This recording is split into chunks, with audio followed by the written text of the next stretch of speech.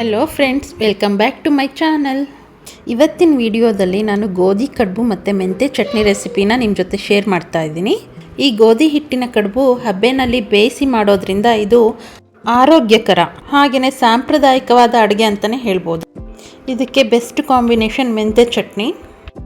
ಬನ್ನಿ ಮೊದಲು ಗೋಧಿ ಕಡುಬನ್ನ ಹೇಗೆ ರೆಡಿ ಮಾಡ್ಕೊಳ್ಳೋದು ಅಂತ ನೋಡ್ಕೊಳ್ಳೋಣ. ಒಂದು ಪಾತ್ರೆಗೆ ಈ ಗ್ಲಾಸಲ್ಲಿ 2 ಗ್ಲಾಸಷ್ಟು ನೀರನ್ನ ಹಾಕೋತಾ ಇದ್ದೀನಿ. ಹಾಗೆಯೇ ಒಂದು ಅರ್ಧ ಸ್ಪೂನಷ್ಟು ಜೀರಿಗೆ, 1-2 ಸ್ಪೂನಷ್ಟು ಎಣ್ಣೆನ ಹಾಕ್ತಾ ಇದ್ದೀನಿ.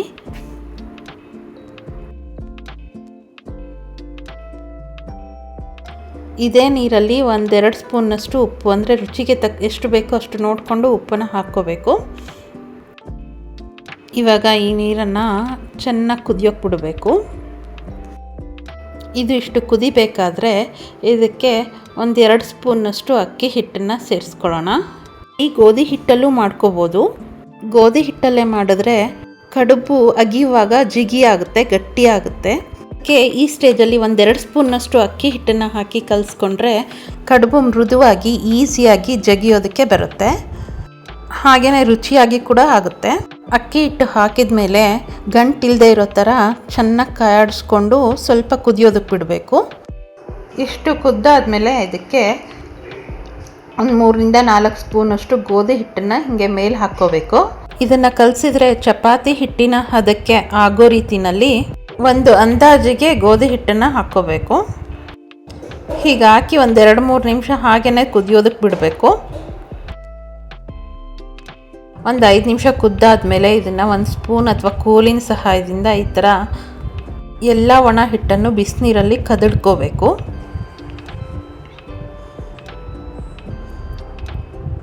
ಈ ಥರ ನೀಟಾಗಿ ಒಂದು ಸಲ ಕದಡ್ಬಿಟ್ಟು ಗ್ಯಾಸನ್ನು ಲೋ ಫ್ಲೇಮಲ್ಲಿಟ್ಟು ಇದರ ಮುಚ್ಚಳನ ಮುಚ್ಚಿ 1-2 ನಿಮಿಷ ಅರಳ್ಕೊಳಕ್ಕೆ ಬಿಡಬೇಕು.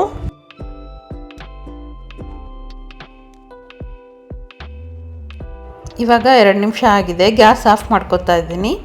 ಇದನ್ನು ಓಪನ್ ಮಾಡಿಕೊಂಡು ಇದನ್ನು ಒಂದು ಬೇಸನ್ಗೆ ಹಾಕ್ಕೋತಾ ಇದ್ದೀನಿ.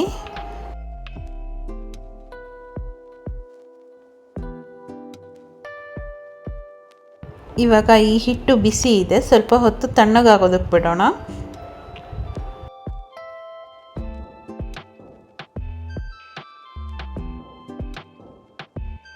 ಇದು ಪೂರ್ತಿ ತಣ್ಣಗಾಗಬಾರ್ದು, ಸ್ವಲ್ಪ ಬೆಚ್ಚಗಿರಬೇಕು. ಅಂದರೆ ಕೈ ಮುಟ್ಟಿ ನಾದ್ಕೊಳ್ಳೋ ಹದಕ್ಕಿದ್ರೆ ಸಾಕಾಗುತ್ತೆ. ಸ್ವಲ್ಪ ಕೈಗೆ ನೀರು ಹಚ್ಕೊಂಡು ಇದನ್ನು ಚೆನ್ನಾಗಿ ನಾದ್ಕೊಳ್ಳೋಣ. ಸ್ವಲ್ಪನೂ ಗಂಟಿಲ್ಲದೆ ಇರೋ ಥರ ನಾದ್ಕೋಬೇಕು. ಇದು ಸ್ವಲ್ಪ ಮೆತ್ತಗಿದ್ರೆ ಒಣ ಹಿಟ್ಟನ್ನು ಸೇರಿಸ್ಕೋಬೋದು. ಗಟ್ಟಿಯಾಗಿದ್ದರೂ ಕೂಡ ನೀರನ್ನು ತೇವ ಮಾಡಿಕೊಂಡು ಕಲಸಿ ಈ ಹದಕ್ಕೆ ಕಲಿಸ್ಕೋಬೇಕು. ಇಷ್ಟಾದಮೇಲೆ ಇದನ್ನು ಚಿಕ್ಕ ಚಿಕ್ಕ ಉಂಡೆ ಮಾಡಿಕೊಂಡು ಅದನ್ನು ಬಟ್ಟಲ ಆಕಾರದಲ್ಲಿ ತೆಳುವಾಗಿ ಕೈಯಲ್ಲೇ ಬಟ್ಲು ಶೇಪ್ ಕೊಡಬೇಕು. ನೋಡಿ ತೋರಿಸ್ತಾ ಇದ್ದೀನಿ. ನಿಮಗೆ ಸೈಜ್ ಎಷ್ಟು ಬೇಕೋ ಅಷ್ಟು ಸೈಜಲ್ಲಿ ಉಂಡೆ ತಗೋಬೋದು. ಆದಷ್ಟು ಚಿಕ್ಕದಾಗಿದ್ದರೆ ನೋಡೋಕ್ಕೂ ಚೆಂದ.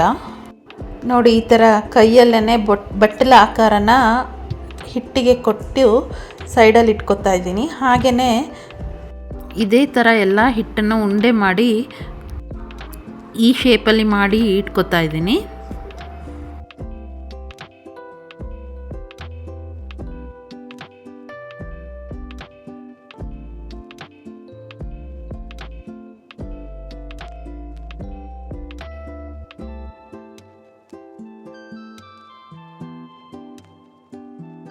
ಈ ಥರ ಎಲ್ಲ ಕಡುಬು ಮಾಡಿದ್ದು ರೆಡಿ ಆದಮೇಲೆ ಒಂದು ಇಡ್ಲಿ ಪಾತ್ರೆಯಲ್ಲಿ 1-2 ಗ್ಲಾಸಷ್ಟು ನೀರು ಹಾಕಿ ಇಡ್ಲಿ ಪ್ಲೇಟಲ್ಲಿನೇ ಕಡುಬನ್ನು ಹಾಕಿ ಬೇಯಿಸ್ಕೊತಾ ಇದ್ದೀನಿ.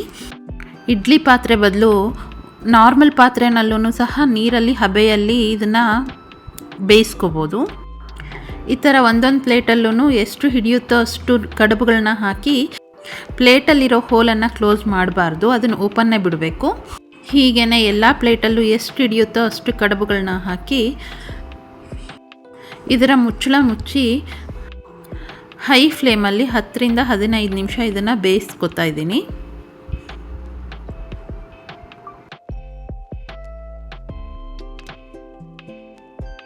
15 ನಿಮಿಷ ಆಗಿದೆ. ಇವಾಗ ಗ್ಯಾಸ್ ಆಫ್ ಮಾಡ್ತಾ ಇದ್ದೀನಿ.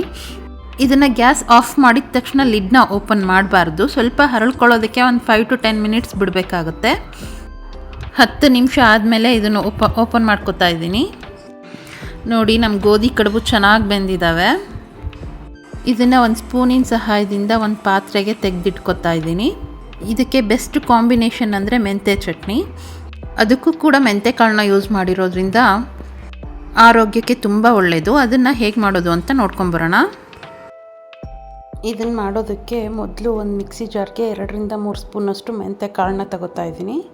ಒಂದು ಚಿಕ್ಕ ನಿಂಬೆ ಹಣ್ಣಿನಷ್ಟು ಹುಣಸೆ ಹಣ್ಣನ್ನು ಅದೇ ಮಿಕ್ಸರ್ ಜಾರ್ಗೆ ಹಾಕ್ತಿದ್ದೀನಿ. ಹಾಗೆಯೇ ಒಣ ಕೊಬ್ಬರಿ ತುರಿ ಒಂದು 3 ರಿಂದ 4 ಟೇಬಲ್ ಸ್ಪೂನಷ್ಟು ಹಾಕಿದ್ದೀನಿ. ಇಷ್ಟು ಬೆಲ್ಲ,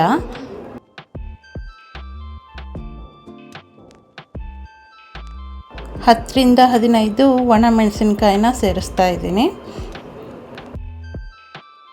4 ರಿಂದ 5 ಬೆಳ್ಳುಳ್ಳಿ ಹೆಸಳನ್ನು ಸೇರಿಸ್ಕೊತಾ ಇದ್ದೀನಿ. ಹಾಗೆಯೇ ರುಚಿಗೆ ತಕ್ಕಷ್ಟು ಉಪ್ಪು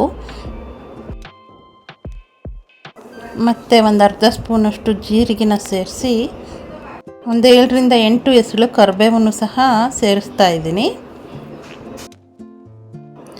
ಅದು ನುಣ್ಣಗಾಗಲಿಕ್ಕೆ ಎಷ್ಟು ಬೇಕೋ ಅಷ್ಟು ನೀರನ್ನು ಸೇರಿಸಿ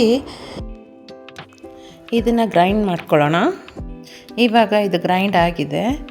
ಇದನ್ನು ಒಂದು ಬೌಲ್ಗೆ ಟ್ರಾನ್ಸ್ಫರ್ ಮಾಡ್ಕೊಳ್ಳೋಣ. ಇವಾಗ ಮೆಂತ್ಯ ಕಾಳಿನ ಚಟ್ನಿ ರೆಡಿಯಾಗಿದೆ. ಇಷ್ಟೇ ಸಿಂಪಲ್ಲಾಗಿ ಬೇಗನೆ ರೆಡಿಯಾಗುತ್ತೆ. ಇದು ರೊಟ್ಟಿ, ಚಪಾತಿ, ಕಡುಬು, ಇಡ್ಲಿ ಹಾಗೆಯೇ ಅನ್ನಕ್ಕೂ ಸಹ ತುಪ್ಪದ ಜೊತೆ ತಿಂದರೆ ತುಂಬ ಚೆನ್ನಾಗಿರುತ್ತೆ. ಇವಾಗ ಒಂದು ಪ್ಲೇಟ್ಗೆ ಸರ್ವ್ ಮಾಡ್ಕೊಳ್ಳೋಣ. ಇದಕ್ಕೆ ಎಣ್ಣೆನ ಜಾಸ್ತಿ ಯೂಸ್ ಮಾಡಿಲ್ಲ. ಹಾಗೆಯೇ ಹಬೆಯಲ್ಲಿ ಇದು ರೆಡಿಯಾಗಿರೋದ್ರಿಂದ ಆರೋಗ್ಯಕ್ಕೂ ಒಳ್ಳೆಯದು. ಹಾಗೆಯೇ ಸಾಂಪ್ರದಾಯಿಕ ಅಡುಗೆ ಕೂಡ ಹೌದು, ಅಷ್ಟೇ ರುಚಿಯಾಗಿರುತ್ತೆ.